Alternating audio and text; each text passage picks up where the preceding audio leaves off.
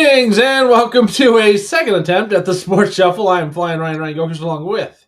Temple Motor Mouth, take number duh. Yeah, technology is not being our friend today. But we're here to talk about the entirety of Week 13 because we did one show last week prior to the holiday. And we'll talk about Thursday Night Football, Dallas and Detroit.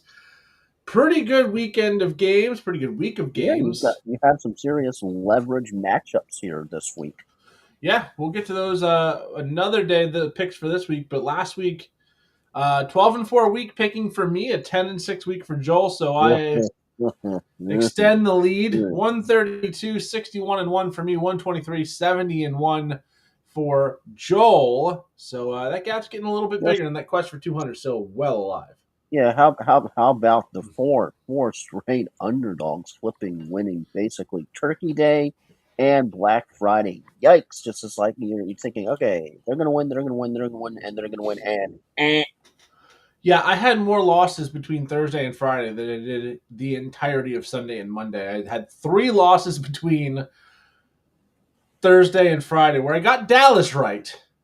And then the only game I missed on Sunday was Atlanta beating the Jets, and that one came down to a last-second field goal. So the picks were good for the weekend. For the holiday and Black Friday, not so much.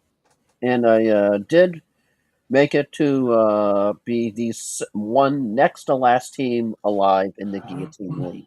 I did not win the Guillotine League, but I was the runner-up. All right. That's from my first ever Guillotine League.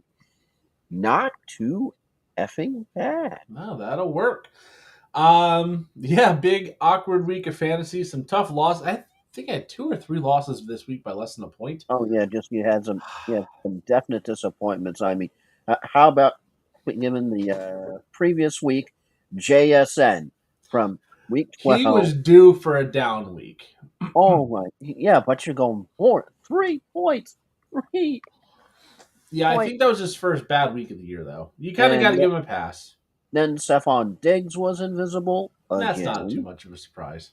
And then you had, of course, after having his league where he probably helped many managers to win the week, Jahmyr Gibbs came back down to earth in a big way. Not a bad night, when he has double digits, but compared to the week before, what an absolute difference. Just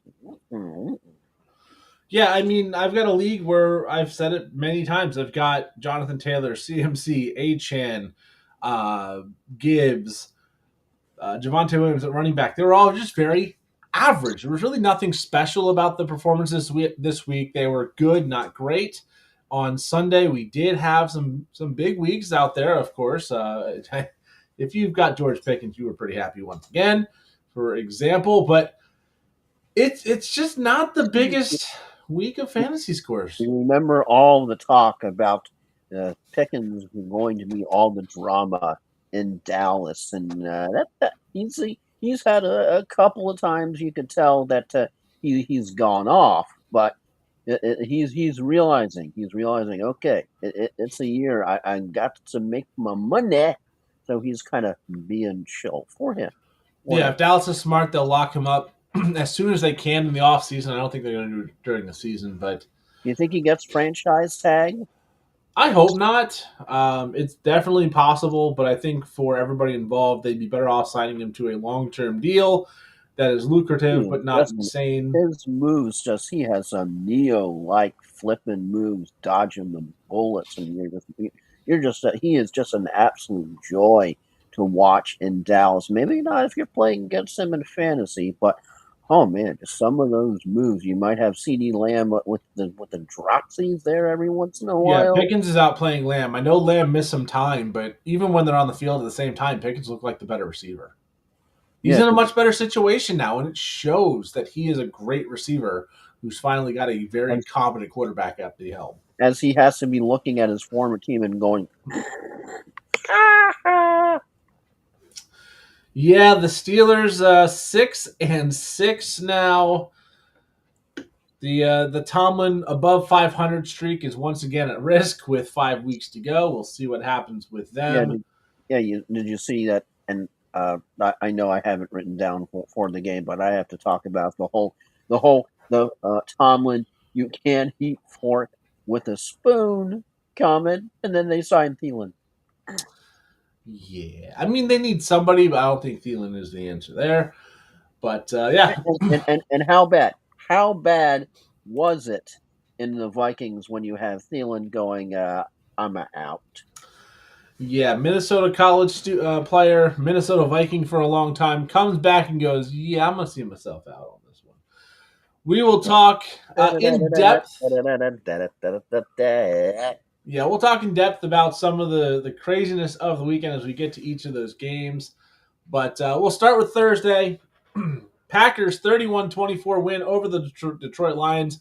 If Never really got to be in doubt. if we didn't have to worry about copyrights, we would be putting the Family Guy. What are you guys doing here? Don't you have a game to lose in Detroit? That right here. Yeah, I saw a lot of that, and they did lose. Again, the Packers were in control, up 10 points for most of this game. Did bounce back Matt and forth between LaFleur 7 and out 10. Campbell at his own shtick. And the Lions do this so often where they just get hyper aggressive on fourth down, don't take the points, don't take the field positioning, and it bites them. They lost to the Eagles a few weeks ago in that heavy wind, bad weather game. Didn't work out in their favor. This week, they went for it too many times when they could have taken points. They went for it too many times when just put the Packers back on their back foot. And one of the best parts about Dan Campbell is he's always going to be aggressive. He's always going to put you in a position where if you can execute, you can win. You can have a great game. You can be the team that, hey, we were out aggressive you and we're going to beat you on that metric alone. But when it goes badly, we saw them lose to the 49ers in NFC Championship game a couple years ago by going aggressive with a big lead, not taking the points, failing, and coming up short. Seems to be what the Lions are really good at on fourth down is either success or utter failure. This was an utter failure. And the Packers 8-3-1. The Lions now falling back to 7-5 on the outside of the playoffs, looking in. And a tough matchup against the Dallas team we'll talk about in a second. And you have to Detroit's interesting. You have to feel for any manager flying who started Amon-Ra St. Brown. I hope you didn't have too many shares of him. No, I've got one in a co-managed league, and that league we've gotten a team that's just been decimated by injuries. And I think it was the Tuesday before this game. We're like, we need to get rid of Josh Jacobs and Amon-Ra St. Brown just so they don't hurt themselves. And then Amon-Ra gets hurt with a low ankle sprain. Very early, that basically got most managers He got nothing. A goose egg. Yeah, he got nothing in that game. It wasn't going to get any better, obviously, but Amon-Ra St. Brown is questionable to play with that ankle injury. Not ruled out, not going to go on IR. But with the game tomorrow night, he is definitely questionable. A low ankle sprain is better than high ankle sprain in this case, but only time will tell if he'll play tomorrow night. And J-Mo definitely stepped up his first double-digit target share game, and he ain't. Yeah, I've got a dynasty league where I'm fighting for the last playoff spot, and my wide receivers were all on Thursday. Jameson Williams, Rashee Rice, Ooh. and Christian Watson. No. All three of them had very big weeks, and they were me to a win. definitely Pac-Man doing the waka. But yeah, Christian Watson, a big game. Jameson Williams definitely stepped up in relief. Jahmyr Gibbs couldn't get it going. Seems to be a trend with the Packers defense, though. You never worried about Gibbs. Yeah, if he had a good game, he would have been a Gibbs jersey on, not the Nico Collins. But hey, you lose to the Packers, you don't get the jersey. Gibbs went from to. Yeah, I mean, he still had a good game. If you played him, you weren't hurt. That's all you can say about it. And let's move on. Cowboys 31-28 win over the Kansas City Chiefs. Another one where the Cowboys looked like they were in control. Penalties for the Chiefs, something you are not used to seeing.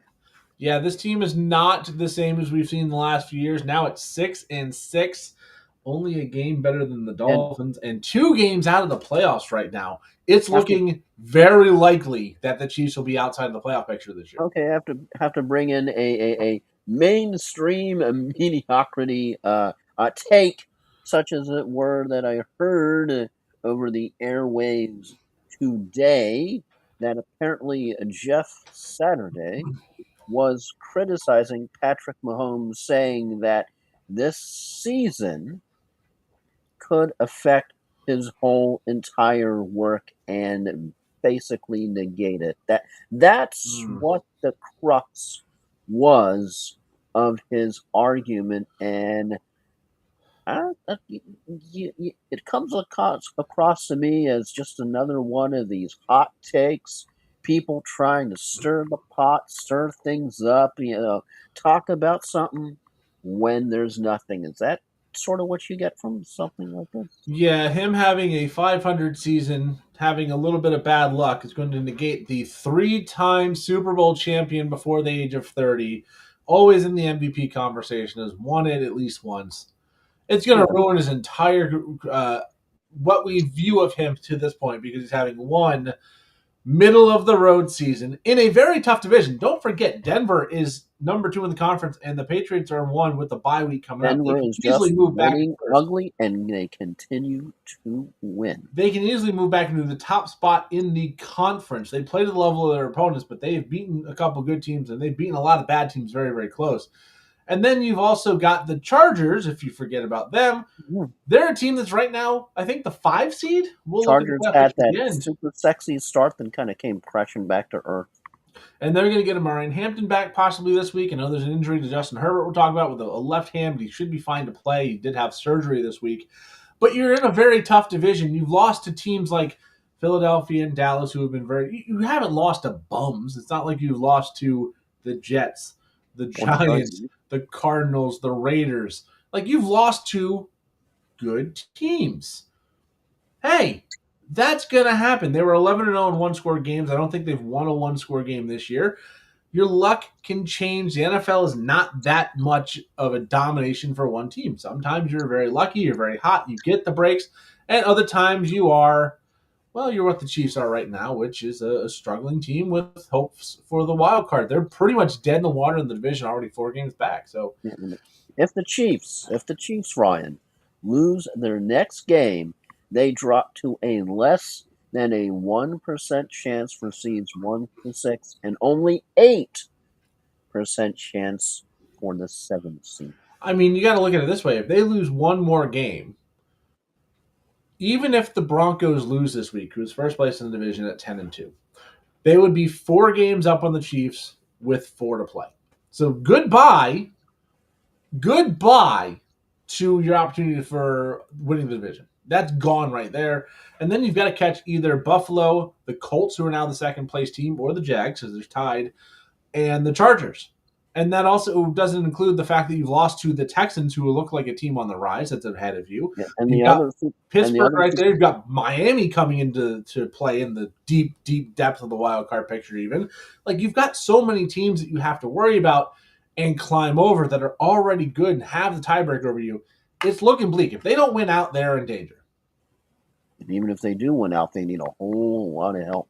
I think 11-6 gets you in. I do. That's what they would be. Depends on the tiebreakers, but I don't see Houston getting to 11-6. They're 7-5. They'd have to win out to beat it. Buffalo's looked iffy. The Colts are starting to look real bad. They're starting to look really inconsistent with the the fractured. Yeah, especially with Daniel Jones playing with a broken leg for God's sake. Like, the Colts look like they're falling back to the pack. The Bills don't look like the dominant team. The Chargers, beat up team. We'll see if they can hold on. I think 11-6 gets you in. It should. That's too good of a record to hit the But they have to get there first. Yeah, and let's just, while we're on the topic of the Chiefs, we'll kind of go in depth a little bit. Let's look at the rest of their schedule. It's a smart shuffle, deep dive. Because let's be very, very clear. The Chiefs have not played the Texans yet. They play them this week. So, the Chiefs play in this order. The Texans, a team that is currently ahead of them in the playoffs. The Chargers, a team that's ahead of them in the playoff. The Titans, who are ass. The Broncos, who are competing for the 1 seed. And then the Raiders in Week 18, who are ass. So let's say you're going to beat the 2 bad teams. We're not going to question that. Too. Yeah, we're not going to question the Titans and the Raiders. That puts them at 8-6 with 3 games against the Texans, who are red hot, the Chargers, and the Broncos in division. Now, the Broncos may have very little to play for in Week 17. However, I think the Broncos will have something to play for if they can knock the Chiefs out, and that's very possible in Week 17. So I don't expect them to be benching starters. Can they win all 3 of those games? Of course. The Chiefs, all 3 of those games are at home for the Chiefs as well.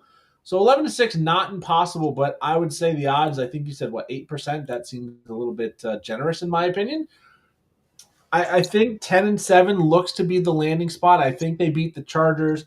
I know they beat the Titans, and I know they beat the Raiders. And whether or not the Broncos or the Texans beat them, they're going to beat the other one. I don't think this team is going to roll over and die. I think they've got too much leadership, too much talent, and a Hall of Fame head coach in Andy Reid. They're not going to roll over and die.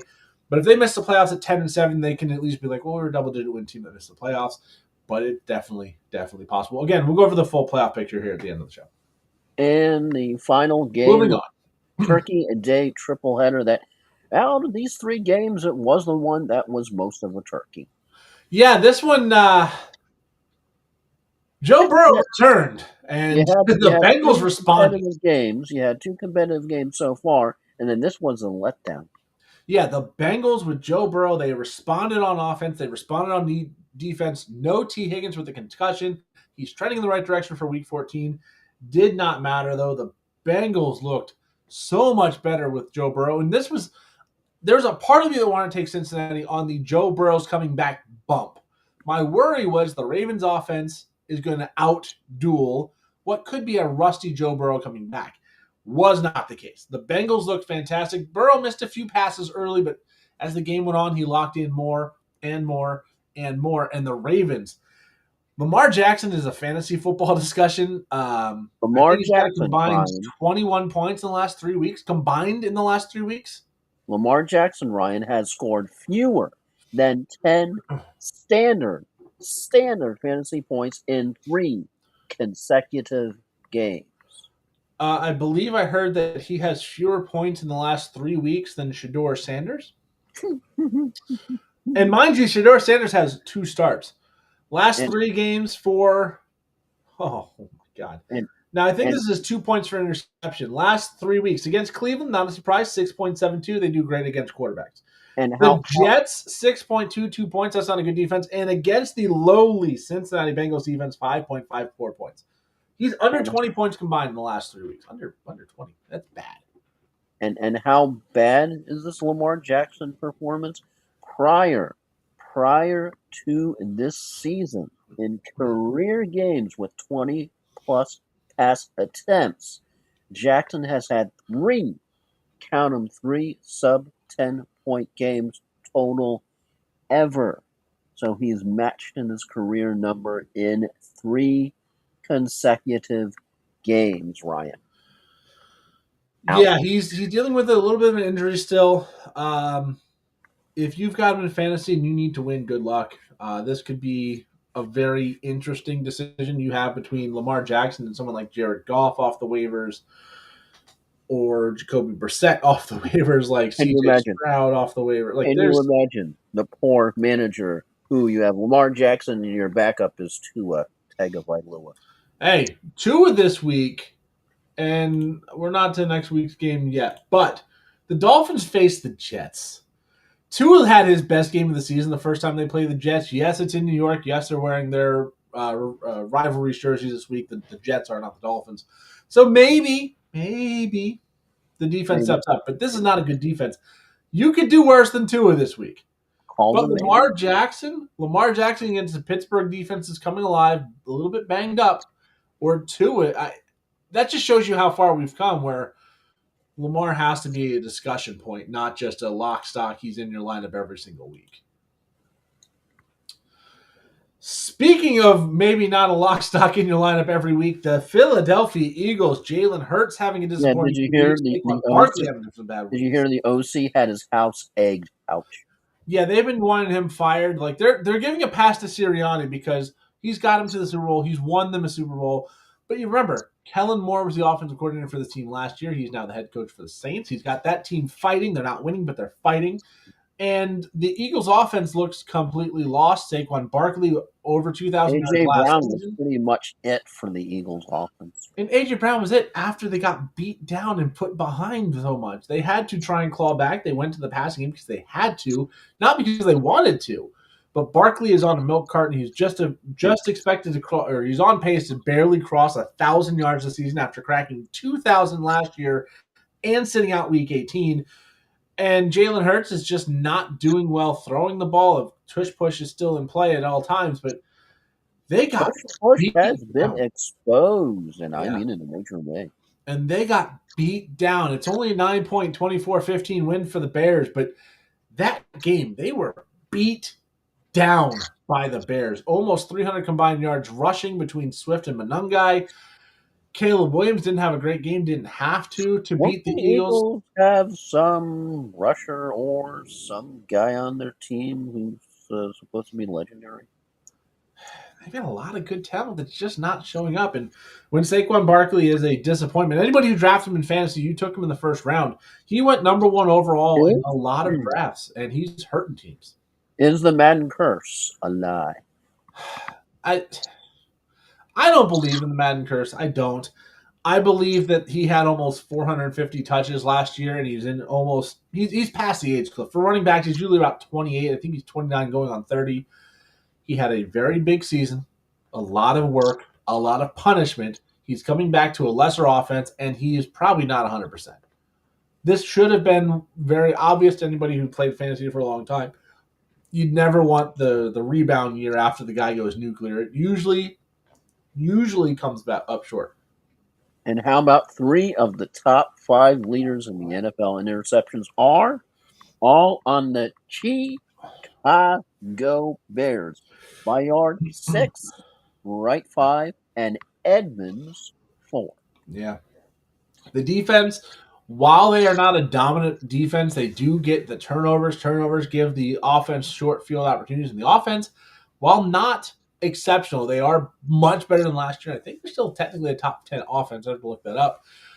They're not dominant where they're going to take it from end to end the way some of the other dominant offenses can. But you give them the short field, you give them an opportunity. They are capitalizing on it. And with Loveland, with Luther Burden, with Monungai, Caleb Williams, all starting to turn it up, pairing that with Odunze, who's been disappointing lately, DJ Moore, who's been back to kind of normal. This offense is looking good, and I think the conversation is I don't think the Bears suck anymore. We'll talk about the playoff positioning, but they're leading the NFC North, and at this time, they were not the 1 seed, but they ended the weekend on top of the conference. And they're getting free wieners in Chicago, Ryan, because Ben Johnson took his shirt off. Yeah, free wieners and Chicago dogs. That's not a bad deal. The Bears are the 1 seed in the NFC because the Panthers beat the Rams 31-28. Not the best weather game. Matthew Stafford 2 interceptions, but the Panthers get it done. Can we go in the Wayback Machine? Remember Davante Adams originally wanting to go to a certain somewhere to play with Derek Carr. Then Derek Carr was, of course, traded. Davante Adams bounced around, bounced here, bounced there. I think he bounced around to a pretty darn good place in LA. Yeah, Davante Adams, the goal line receiver, he's got more targets inside the 5 than anybody in NFL history, and he's played 12 games this year. He is the first and so far only true goal line receiver. You sort of look at the Sean McVay's sheet, and the sheet is row to Adams. And the thing is, his get off from the line is so good. He just needs a little separation. Matthew Stafford is an extremely accurate quarterback for the most part. He's getting it done. It's taken away from Kyron. Kyron's still okay. But it was another little bit of a fantasy disappointment this week there, just a little. Yeah, Stafford a bit of a down week, couple turnovers in this one. Kyron got a touchdown. He did have that ridiculous grab in the loss, though. Yeah, there's some really good catches. Puka being one of them. Treylon Burks, oddly enough, probably the best one of the weekend. But the Panthers, 31-28. We have to talk about the Panthers. We have to talk about the split between Rico Dowdle and Chuba Hubbard. It was much closer to 50-50 this week. Chuba Hubbard out-snapped Rico Dowdle 38-27, Ryan, in week. Dowdle did get more carries, but Chuba was the better player this week. It'll be interesting. They're going into the bye this week. They're the last week of bye weeks on the NFL season. What the bleep do you have buys in week 14 right before the playoffs? This is so stupid. The NFL, I know, I'm sure part of this is TV deals. I'm sure part of this is stadium availability. I wish they would just do 4 buys a week from week 5 to week 12. And if Thanksgiving is week 12, skip week 12 because they want everybody to play on week 12 because you have 3 games on Thursday, 1 on Friday. You wouldn't have anything on Sunday if you didn't. Have those bye moves to week 13. Have them done by week 14. Because if you're in a fantasy league and you're fighting for the playoffs and you've got Tedero McMillan, you've got Christian McCaffrey, for example, on bye this week. So many people will be so happy when they see they don't have to go against freaking CMC this week. They will. Yeah, let's talk about who's on bye this week. For the Giants, you've got Jackson Dart and Wan'Dale Robinson, who have been stepping up big time lately. For the Patriots, you've got Drake May, who's been exceptional. You've got Stevenson. Concussion for 1 week. Yeah. Henderson and Stevenson in the backfield. You can play Diggs. You can play Booty. For the Panthers, Tedero McMillan. You've had Rico Dowdle. Now Chuba Hubbard looks like he's coming on. And then the 49ers, you've got Kittle and McCaffrey, Jawan Jennings, Brock Purdy. And there are people that are 7-6, 6-7, sitting with one of those guys I just mentioned going, how do I replace Christian McCaffrey? How do I replace Rico Dowdle, who's been a top 5 running back most of the season, this week to try and get in the playoffs? And it's just it's sliding Zach Charbonnet into instead of Rico or CMC right now. Yeah, it's not a good position. I happen to have a team where I've got Christian McCaffrey and I am eliminated. I've got one where I'm dominant, so I'm very happy there. And then fortunately don't have a lot of these problems right now, but there are definitely teams that are going to be struggling with these bye weeks trying to get in the playoffs.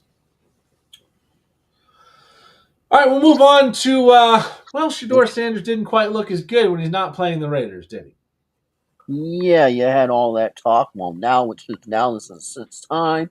This is his start. He's had all the snaps, so we don't have to hear about the snaps all freaking week, right? Yeah. I mean, the 49ers will come in to Cleveland, beat them 26-8. The Browns' defense is exceptional. The fact that this team is 3-9 is just an absolute travesty. They are activating Deshaun Watson from the PUP list. I don't know if he's going to play, but I know Kevin Stefanski just hates Shedeur Sanders. You can tell when he talks about him. So don't be surprised if Deshaun Watson, if he is healthy enough to go out there and play, does see the field. I think that would be a mistake on a lot of ways. Especially if he gets hurt, I think that would guarantee his money for next year stays on the record, too. I saw before we started the stream, apparently Coach Prime at Colorado is something like a $27 million in deficit right now. Yeah, not surprised there. The Browns, it's really just Quinshon Judkins for fantasy, and he was okay in this one, but again, everybody's kind of mediocre this week, it seemed like. The real talk out of this game was that Jawan Jennings, who got punched in the ding-ding last week, Myles Garrett and another player came out and said... That tells you about how good a game is when a dick punch supersedes all talk about said game. A dick punch from the week before, because players in this game go, that guy who got punched in the dick last week, he deserved it. I'm surprised no one's punched him in the jaw yet, because he runs his mouth on the field and says things he shouldn't say. Door number 1, we have the Browns and the 49ers, or door number 2, we have somebody got punched in the gonads. I'd like to talk about what's behind door number 2. Okay. Yeah. And how bad was this game? Yeah, I'm sorry if anybody started Ricky Pearsall as cuttable. Since coming back from his injury. Are you ready for his numbers, Ryan? Are you ready? I'm ready. 1.0, 2.8, and 3.4 PPR. Yo, go, and I'm being very sarcastic right now. Is that progress? Not much. Not enough. And Harold Fannin led the Browns in routes run, if I can get English correctly pronounced, in week 13. All right, let's move on to a game that was a lot more tolerable to watch. The Texans beat the Colts 20-16. Good. Yeah, I mean, this one was a defensive battle, but it was back and forth at least. The At least Texans, this one was competitive. I think the Texans now won 6 games in a row. They dropped the Colts to 8-4. They moved to 7-5. That division's getting real tight. Jacksonville 8-4, Indianapolis We're 8-4, in a tight Texans spot. 7-5.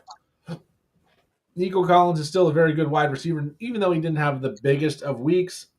Woody Marks was decent. Jonathan Taylor, another down week, facing a good defense. A little bit of concern there.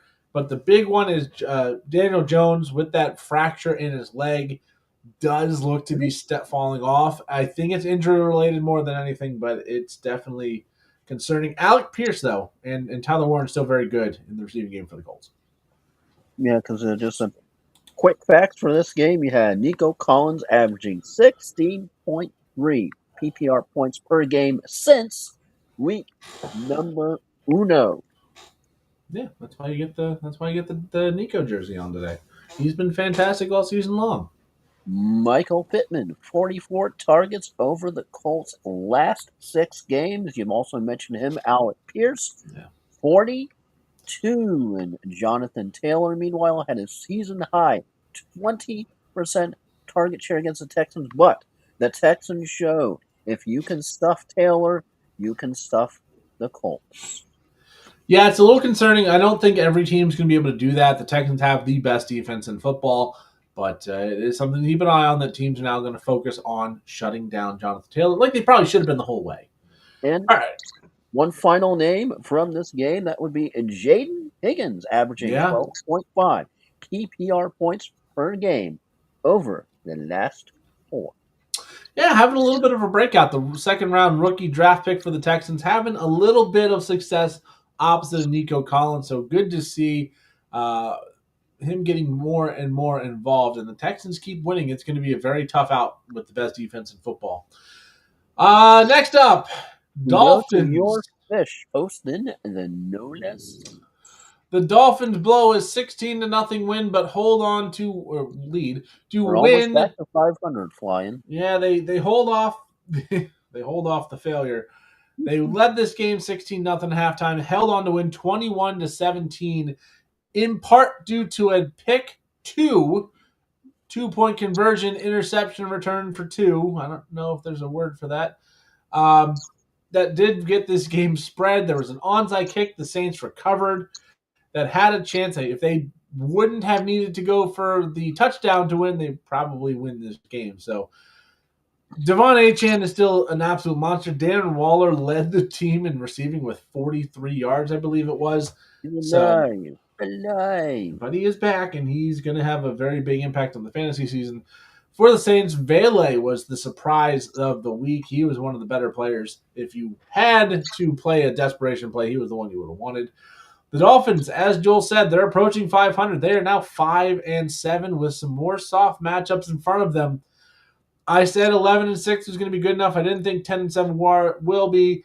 The Dolphins can't finish better than 10-7. I don't think they're legitimately playoff contenders, but they're going to sneak back if they keep winning into the in the hunt section on the graphics for the AFC playoffs. I don't think they're going to get there, but it's at least better than losing every game.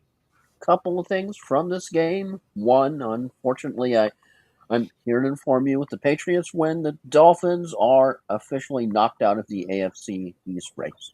Mm-hmm. Number 2. I know you probably didn't know that one already, right? Yeah, not. Number 2, how about Mike McDaniel revealing that Miami's offensive headsets apparently weren't working on Miami's 98-yard interception return? Yeah, the defensive one. Yeah, I don't know who the player was offhand. I can't remember the name, but he called his own play, and it worked out to perfection. Green dot player was none other than Tyrell Dodson, who was calling his own defense. That's pretty damn good. Yeah, I think he's got a future as a defensive coordinator down the line if his playing career ends anytime soon. Maybe he should go help the Dallas Cowboys out, coordinate some things there. I mean, their defenses looked a lot better since they got Quinnen Williams. The Dallas defenses looked a lot better. I mean, 28 to the Chiefs. And talking about fantasy disappointment, Taysom Hill played just 12 snaps against your Dolphins. Yeah, you can't trust him. Even Olave, a little bit of a down week as well. But let's move on to a surprisingly entertaining game, I guess you would call it. The Jets 27-24 win over the Atlanta Falcons. You never know which Falcons team is going to show up. Yeah, no Drake London, still playing Kirk Cousins at quarterback. It's not a great situation right now for Atlanta. The Jets, though, I mean, they think they're the last team to get a win, and they've won 3 of their last 5 or 6, so they're starting to turn things around. I wouldn't say that they are an inspiration or a great team in general. Yeah, 3-2 in the last 5, but to see Aaron Glenn at least get the ship turned the correct direction for the rest of the season, hopefully for them. Hopefully they lose this week to Miami, but that's just me.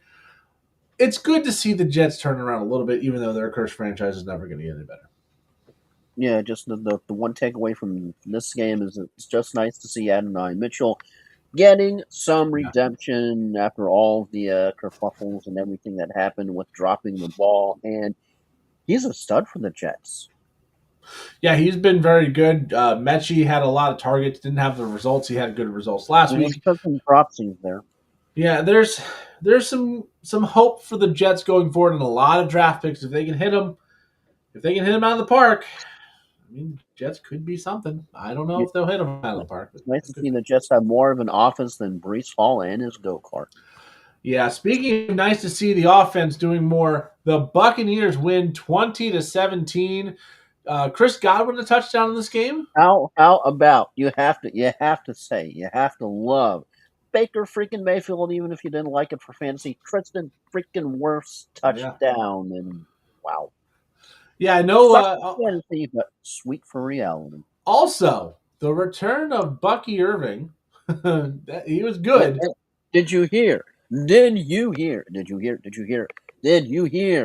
Who's coming off of IR? Returning to practice this week. Mike Evans and Jalen freaking McMillan. Boo to the frickin' yeah. Yeah, the cavalry on the offensive side is coming around. We've seen Ibuka all season long. Godwin getting involved. Big boo. You've got Bucky coming back. He was a little limited. They didn't give him a full workload, but he was still very good for fantasy. He still got a touchdown. Limited. If the Bucs can get healthy, which it looks like they're trying to do, if Evans can come back, some reinforcements here in a major way. Bucky Irving coming back. You got 2 super stud wide receivers in the mix, getting ready to rock and freaking roll. I mean, McMillan might be your number 5 receiver, but he's still better than a lot of teams' number 2 or 3. I mean, Ibuka, Godwin, and Evans. He was a flipping stud last year. If you had him in fantasy, if you picked him up, you were just like you were doing the dance every damn week. But he's doing what Tez Johnson's been doing, stepping up in the void. So you've got Tez Johnson and McMillan behind Evans, Godwin, and Ibuka. This is a team that could have a very scary 5 wide receiver set. Time to get a little bit dangerous. And if they can keep winning, they do have to keep pace because the Panthers have won. They're 7-6. The Bucs are 7-5. I think the Panthers are more the threat than the Falcons right now. The Falcons are 3 games back. The Saints are already eliminated from contention. Saints are in the abyss. But the Panthers, the objects in rearview mirror are closer than they appear. They're a half game back, going on by. The Bucs have some of those losses, and at the same time, they can defeat the Rams, which has been the number 1 consensus team. You're like, wow. Yeah, they don't make a lot of sense, but a 7-6 team right on your heels is not what you want. But the Bucs do get the win, 20-17 over the Cardinals. Marvin Harrison returned to this game and then left with a heel injury. Did you see fun while it lasted. Did you see Marvin Harrison Jr. learning learning about the Cardinals have been eliminated from the playoffs contention in the post game? That has to hurt. Yeah, I mean, when you have 3 wins, you should assume you're eliminated at this point of the season, even if you're not. But we'll move on to a team that is definitely eliminated from the playoffs, and the Tennessee Titans. You do have to feel for Brissett, who has just been balling. I think for fantasy points, since he's taken over the starting role, he is second to only Josh Allen. If no Harrison this week, start flipping Wilson. Yeah. He's on pace for like 5,300 yards, 30-plus touchdowns. He's been playing phenomenal. We'll see what happens with Kyler Murray long-term, but I do think that Murray is going to be gone. I think Murray's going to be gone. They can't quite do a Jim Rome. Phenomenal. Yeah. I think Murray would be a good fit for the Vikings. We'll talk about them in a little bit because it's bad. But the Jaguars beat the Titans You mean, you mean 25 the to 3. Vikings don't have a quarterback already? Oh, yeah, that's right. They don't. Now, the Vikings we'll get to shortly. The Jaguars 25-3 win over the Tennessee Titans. The The Titans just good never. Jaguars this week. The good Jaguars showed up. Yeah, Brian Thomas came back, didn't do a lot, but this game got ugly early, so a lot of ground and Titans pound didn't late. get over double digits. Yeah, I mean, Brenton Strange came back, Brian Thomas Jr. came back. The team got a little bit more healthy, and they just dominated the team like you're supposed to. The Titans should not be a competition for anybody, and the Jaguars took care I of it. think we can just give the Super Bowl of Suck award to the Titans this week. I would agree with you, but the But- Vikings exist.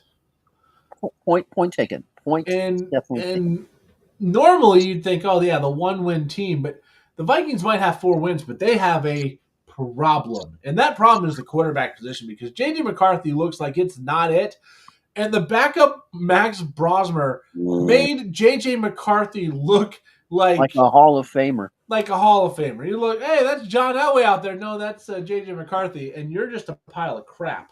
Oh yeah, I got a bit about Brosmer there when we get to the game. Yeah, let's talk about it.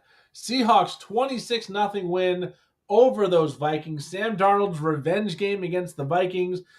Didn't have to do a lot. Jason Myers, 4 field goals, really paced this team. JSN, his first really bad week of the season, but the Seahawks just whooped on the Vikings. And Brosmer was terrible. And Joel, give us what you got on him. Oh yeah, Max Brosmer scored minus 3.1 standard fantasy points against the Seahawks. Let me say that again. Minus 3.1 standard fantasy points against the Seahawks. That's the first time a quarterback with at least 20 pass attempts scored fewer minus 3 points than Davis Mills in 2021 is just the 7th time it has happened since 2011 and add in 4 interceptions. Like Star Trek, there are 4 lights, there are 4 interceptions. Nathan That was Peterman, please report to the Minnesota Vikings. Nathan Peterman to the Minnesota Vikings, please. He had I think 5.5. Jamarcus Russell, please report to the Minnesota Vikings. Yeah, it's bad. I'm not normally this guy, but there's a non-0% chance I could have went out and done better than Max Brosmer this weekend. He was horrific for the Vikings, and the Seahawks didn't have to do anything. They did enough to win. Kenneth Walker looked decent in this one, which is nice. Charbonnet looked good. Have to do much if you had started Jason Smith and Jigba at this point. If you started the Seahawks defense, though, you had a great week. I think they had over 30 points in most formats. Yeah, if you had the Seahawks defense, you got a nice boost. You may not have won based on that, but you got a really nice boost. JSN just 4.3 fantasy points. He'll be better. This is kind of like, the Jags game. There was only so many opportunities for them to do what they needed to do because the defense dominated and they got up by a lot. You see that in the Jags game. It's like, well, why didn't Brian Thomas Jr. have a lot of work? They're 25-0 in the first quarter, it seemed like. So they took the foot off the gas. You saw it. We talked about the Patriots game. I have a conversation about that game in my stress level from fantasy that because it was a blowout, it actually helped me, even though I was playing Patriots that scored touchdowns. Anyways, let's move on. Chargers, Raiders. San Diego, I mean the LA Superchargers. Yeah, the Chargers 31-14 win over the Raiders. Kamani Vidal had a massive touchdown and a very good game. He's likely going to go back to backup duties as Hampton looks like he's coming off this week. Justin Herbert did break part of his hand. He had surgery to repair, but it's his left hand. He is expected to basically pain tolerance play through it. So what's your gut? Do you think Herbert's going to gut it up and he's going to play, or it's going to be a Trey Lance kind of day? I think he's going to play. I think he's going to have a lot of protection on that left hand, and he's going to gut through it. I think he's a little more agile and talented than the Aaron Rodgers, who had a similar left hand wrist issue.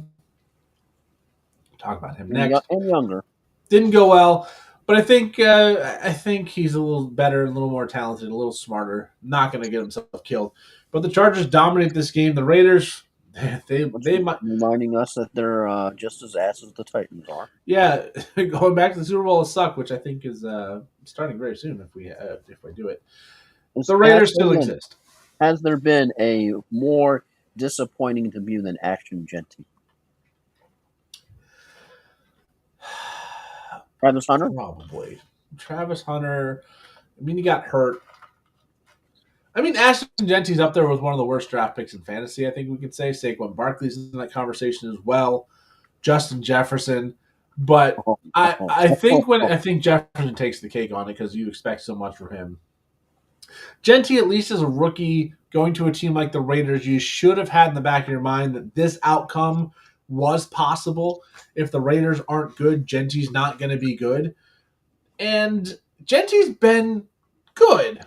It's just the rest of the team is bad. They fall so far behind, and they kind of have to abandon the run. And there's no it's one of those things where the Raiders are bad. Whether or not it's a Jeanty is not as good as we hoped coming out of Boise State, and that small school thing was real, or the Raiders are just so bad they're holding back a generational talent. One of those two is true. We just don't know which one it is yet. And speaking of bad quarterbacks, yeah, the Bills beat the Steelers 26-7. Aaron Rodgers beat up, got his nose bloodied in this game, literally and figuratively. And the Steelers actually were winning this game at halftime 7-6. And then the Bills and Josh Allen did Bills and Josh Allen things. And then Aaron Rodgers was calling out his receivers. I mean, he was going off after the game. You could tell he was one very unhappy camper. Yeah, I think he thought he was going to go to Pittsburgh and win a Super Bowl. That's not going to happen. The Steelers are 6-6. The Ravens are 6-6, and they're on first place in the division. The Bengals at 4-8 are still very alive. The fabled Tomlin number. Yeah, we'll see if they can get there. But the Bills, they get the win. They keep themselves at least in the rearview mirror of the Patriots, while very distantly at this point, 3 games back. The Bills do get a win. Steelers offense got absolutely freaking exposed, and the Bills are getting back to looking like a successful team. I'm more thinking the Steelers are falling apart than the Bills are looking dominant because they've looked pretty bad. And Keon Coleman is out of the doghouse for him. Yeah, he got a touchdown this week. Jaylen Warren for the Steelers got their touchdown early, so if you had to play him in fantasy, you at least got something. But the Bills do get the win, and they moved 8-4, so they're still firmly in the playoff picture. And then, how about the unexpected flipping game of the night? Because you had, and when you initially looked at this schedule, you were going, I really wish that they could flex the Bills and Steelers, flex this game to Sunday night and put that game where it was. And then this turned out to be the surprise of the week. I'm torn between this should have been flexed out, and every Broncos game is going to end up being competitive. So as long as they're going to score more than they did against the Raiders, it should be a good game because this was one of the best games of the season. The Broncos win 27-26 in overtime on a failed 2-point conversion by the Commanders to try and win the game. Nick Bonito just knocking down a pass that was going to a wide-open Jeremy McNichols that would have won it for the Commanders. Marcus Mariota, as they were saying for some reason during the game, had a very good day and a very good night, but out-ruled by Bo Nix, which, hey, Bo Nix showing up, that was good to see. A bad Commanders defense. They at least got the job done. Terry McLaurin, the overtime touchdown, had a pretty good game before that. 14 targets, 7 receptions, 96 yards on the most important touchdown of the game. Yeah, if they would have gotten the 2-point conversion, he would have been the reason they won. But unfortunately, the Denver defense, one of the best defenses in football, holds strong, and they get another close win over a bad team. But they are now 10-2. They're a half game behind New England, who's going on bye, so they'll have the chance to retake the number 1 seed if they can win next week. Who are they playing next week? Denver is playing Vegas. So they'll probably be the 1 seed after next week because Vegas sucks. Yeah, I that's find them on a little chart. pencil in the dub. And then we go to the Monday night game that was not Not so close. Yeah, because you you had Abdul Carter, who was apparently suspended for a drive again. Yeah, You had he missed the whole Jackson. first quarter.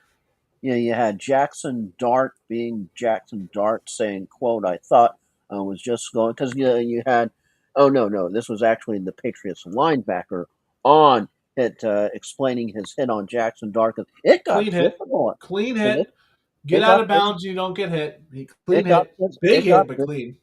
it got physical out there flying. Yeah, Jackson Dart got sent through the air like a freaking cruise missile on the sidelines. He didn't go out of bounds. Clean hit. Theo Johnson got a personal foul, killed that drive.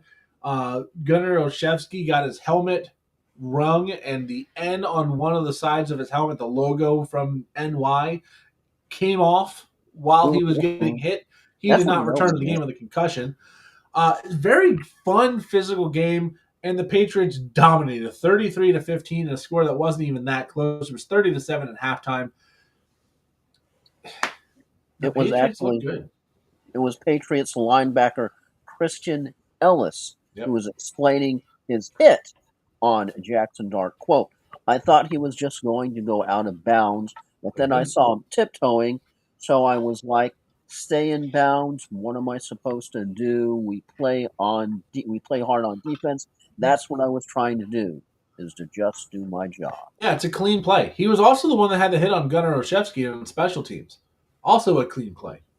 Maybe a little dirty because it was helmet to helmet, but as a runner, that's fine. And then we have to talk, Ryan, about Young Wei Koo. Yeah. I don't know how. I'm Worst not a professional kicker, but hit I've never not ever. gotten a kick attempt through if I've tried it because I hit the ground. Now he says he pulled up because the ball was leaning, like it was intentional that he like didn't swing. Yeah, Uh, his quote was, "The ball was slipping, so I pulled up." yeah, you look like a clown. You probably should have just swung and then said, "Oh yeah, why'd that hit my offensive lineman in the butt?" Well, the ball was falling forward, but I figured, you know what? I'm Doing an a NFL tribute kicker. to I Mark need to kick the Sanchez. ball.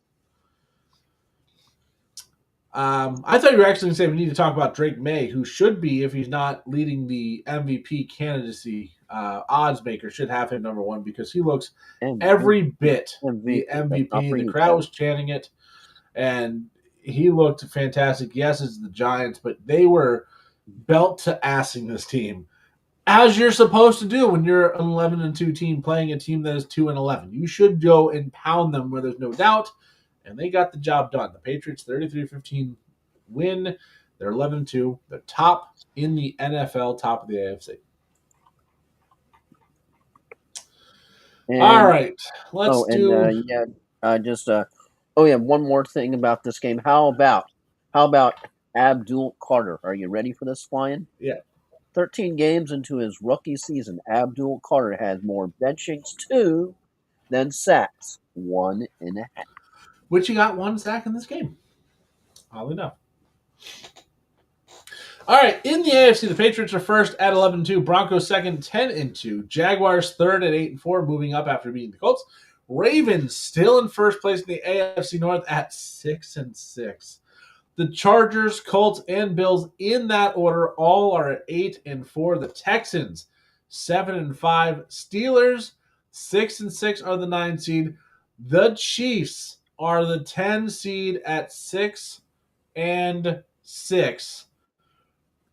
Facing an uphill battle. The Dolphins 5-7 are 11th. The Bengals in 12th, I think, have the best odds of anybody below the Texans of getting in the playoffs because they still win the division. They're 4-8, but only 2 games out of first place in the division. 13th is the Jets. 14th is the Browns. And then in the eliminated round, we have the Raiders and the Titans. In the NFC, the number 1 seed is the Chicago Bears. It feels wrong to say, but they are.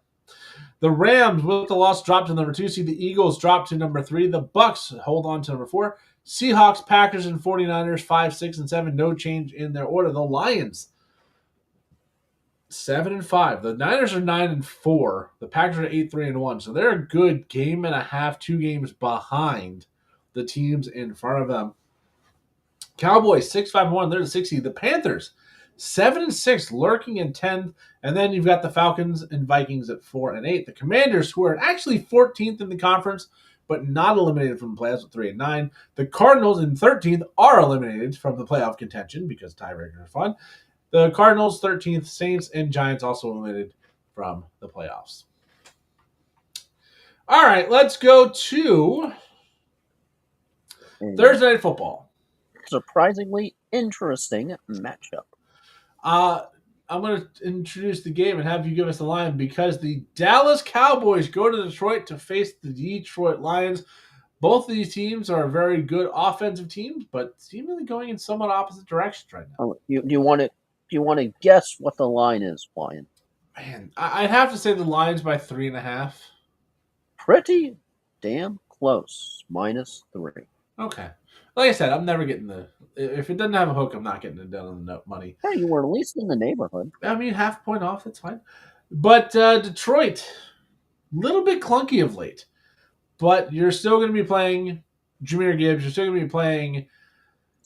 You got to play Jared Goff in this matchup.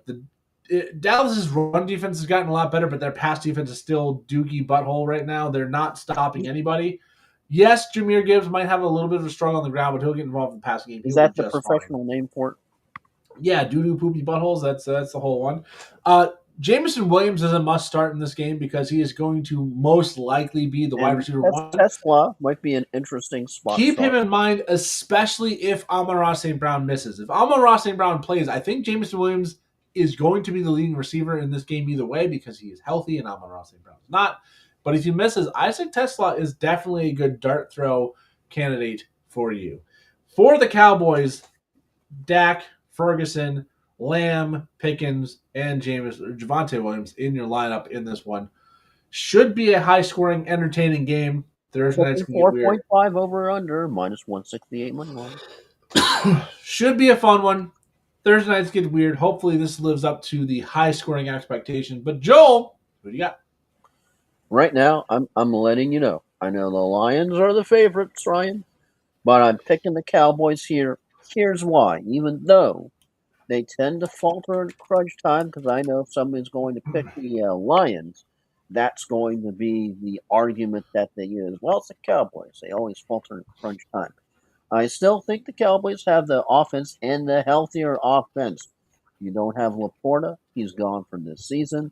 Amon-Ra banged up, questionable, probably not going to play. And the Lions recently, of course, yes, so you don't have Laporta. You don't have the Sun God. And he, of course, left the Turkey Day game early with the ankle injury that I had him day-to-day in the game many managers at Goose Egg. And probably, most likely, will not be playing for Week 14. Pickens and Lamb are just greater than JMO right now, and Tesla or whomever else they managed to patch up and put in there. He has to now step up with WR1 until Amon-Ra returns. Tesla, definitely somebody who's had, as we mentioned, a good pickup. But, yeah, you tend to have that offense. And I know you're going to talk about Montgomery and Gibbs, but I still think Pickens and Lamb, with everybody else, with Dak, is the healthier and the more lethal offense right now, especially Thursday night when the Cowboys are on a mission for their former teammate, and I think that helps them drive right through Detroit with a victory. I'm picking the Cowboys. I'm sticking with Detroit, not because I think Dallas is going to falter, but I think Detroit has a way of rebounding after losses. They're coming off a tough loss. I think they come out, they play their best football, and they get the job done. I just think while you're saying the passing offense is better for the Cowboys, and you're not wrong, the wide receivers, especially if Amon-Ra St. Brown does not play, they're better for the Cowboys, but I think the defensive secondary for the Lions is still better than the Cowboys. I think they're even enough, and then you add in the Gibbs and Montgomery, two-headed monster in the backfield versus Javonte Williams. I think they just have too much talent on the offensive side and the defensive side they'll get the job done. And Detroit, again, does not like to lose 2 games in a row. They lost on Thanksgiving. I think they bounce back nicely and get the win here and end the hopes and delusions of the Cowboys of making the playoffs. All right. Wow, only an hour in. Let's go to final thoughts and we'll go, Joe. All right, final thoughts is just sort of a word and caution to everybody out there on social media as you have so many parody accounts and satire accounts, and some of them do a pretty darn good job to convince you that a piece of news is real, as you tend to think of Senator Vreenak from Deep Space Nine. It's a fake! So, yeah, because he had a story pop up that all of a sudden I was scrolling in Facebook, and all of a sudden I was like, "Oh, what's going on with Abdul Carter now?" And it was saying Abdul Carter is going to be suspended 1 quarter in the Monday night Which he game was. for watching adult material in a team meeting, and you're Which like, he did not. which he did not. And your first initial is response is, well, since all of us are 7 years old mentally, right? We see that, we laugh, and your initial response is, well, oh, this is funny, I've got to share it. But the the experienced internet person, me, I'm going like, okay. And the first thing that you need to do is one, check the account. Is it a legit account? Is it somebody who's a Giants insider who's following the team and so, for posting for such and such newspaper or radio station or whatever. And you go to the account and it's a pretty decent, realistic looking account, but turns out it's a parody account. It's like Senator Vreenak. It's a fake.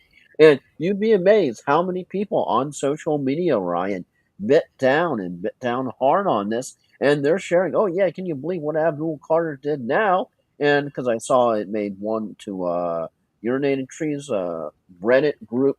It was one of the actual nominations for LOL Cal of the week was for somebody submitted Abdul Carter because he was caught in a team meeting watching pornography, and somebody quickly pointed out in the comments that wasn't real. That was from a parody account. So, just the TLDR here is anytime you see something that you're like, just make sure to double check before you share because you don't want to be like the radio station or even TV station that we've seen in the past that has bit on a story that is not true. And thank you for coming to my TED Talk. Yeah, mine is going to be about college football. Miami needs to be in the playoff. Oh, it's not gonna be about Lane Kiffin since we haven't heard enough about No, but I will talk about a Kiffin. different coaching move. Alex Golish going to Auburn from USF. I don't know if you saw the news, but USF now has a new head Somebody is coach. getting some money. But did you see USF has a new head coach? Hartline, right? Brian Hartline, the wide receiver coach from the Ohio State Buckeyes, former Dolphins and Cleveland Brown wide receiver, was a great player at Ohio State in his time. Coming to South Florida, coming to Tampa to lead the Bulls after Alex Golish leaves. He's going to finish the season with the Buckeyes with their conference championship and their playoff run. Hopefully for his sake. I mean, they won a championship last year. I think he's got 2 with him as a coach. If he can get a third, he's got 3 rings, 2 or 3 rings coming into South Florida. I think that brings something to the table. He signed a 6-year contract. I'm very excited because usually USF is like, oh, we got this retread that didn't work out here. We got this complete unknown guy from this other smaller school. Did you see the story of John Gruden looking at USF allegedly? Well, he's local, isn't he? Like, I think he's in the area all the time. I know when he was doing like his Gruden camp, a lot of those were actually, I think, at USF. And he's posting about opening another box on Facebook. Yeah.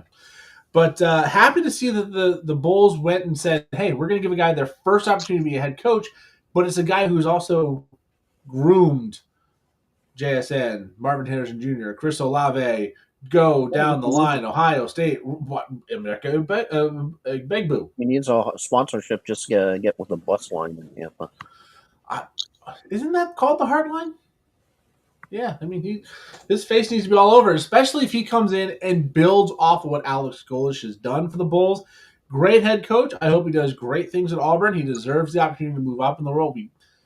If you're a fan of USF and a student at USF, you expect this kind of thing to keep happening. Unless you get a guy that's like, hey, no, I am going to build this into the team that it's supposed to be. I mean, there are only 3 bowl eligible teams in the state of Florida this year: Miami, Florida International, and USF. All Florida teams in the NFL actually won this week. That too. But you think of it, Florida State, not bowl eligible. UCF, not bowl eligible. Florida, not bowl eligible, but USF is. You got to think that maybe they can try and build off of this again. You got a Buzz Hyder and Brian Hartline, good pedigree, coming from a great program. It sounds from Ryan sort of a DX suck it vibe to the other. And the thing is, I was raised in a Buckeyes household. I was. My stepfather is a big Buckeyes fan. He spent some time in Columbus. So I grew up watching Ohio State. So I have a lot of love and respect for Ohio State. I actually used to have like a Buckeyes cup I drink out of on air. Now I've got the USF Rule 7. But so to have someone coming from that program as well to USF to try and help things get better, very exciting time for me. And I'm really hoping he does the right thing. Yeah, Lane Kiffin went to LSU. He screwed over his school. That's just dumb. Lane Kiffin sucks. But very excited to see what Brian Hartline can do as his first run as a head coach. Hopefully he got a plane ride, because I remember there was one school he was at. Wasn't that USC where he was left at the airport? Yeah, I think it was USC and left at the airport, yeah. But that's our time. I have been Flying Ryan Gokers along with Tampa. What about Joel Roll? Back in a couple days to do the rest of week 14. Recap the Thursday night football game, and just a friendly reminder, usually a final thought by now, but we are getting close to the end of the football season. Cherish it while you've got it. Sad noises. The end of the fantasy football season is this week. Playoffs start in week 15. So if you're on that bubble, keep working, keep grinding. All you have to do is get in the playoffs. You've got a shot to win. It doesn't matter if your team is 14-0 or 6-8, 5-9. If you get in the door, you've got a shot. Hopefully, everybody that we're talking to is in the playoffs. Hopefully, you've got your bye. You've got the easiest path possible. But if you're that 7-6, 6-7 team running the bubble, go make those big moves. Go get your playoff spot, and then try and win it from there. Best of luck to everybody out there. And with that,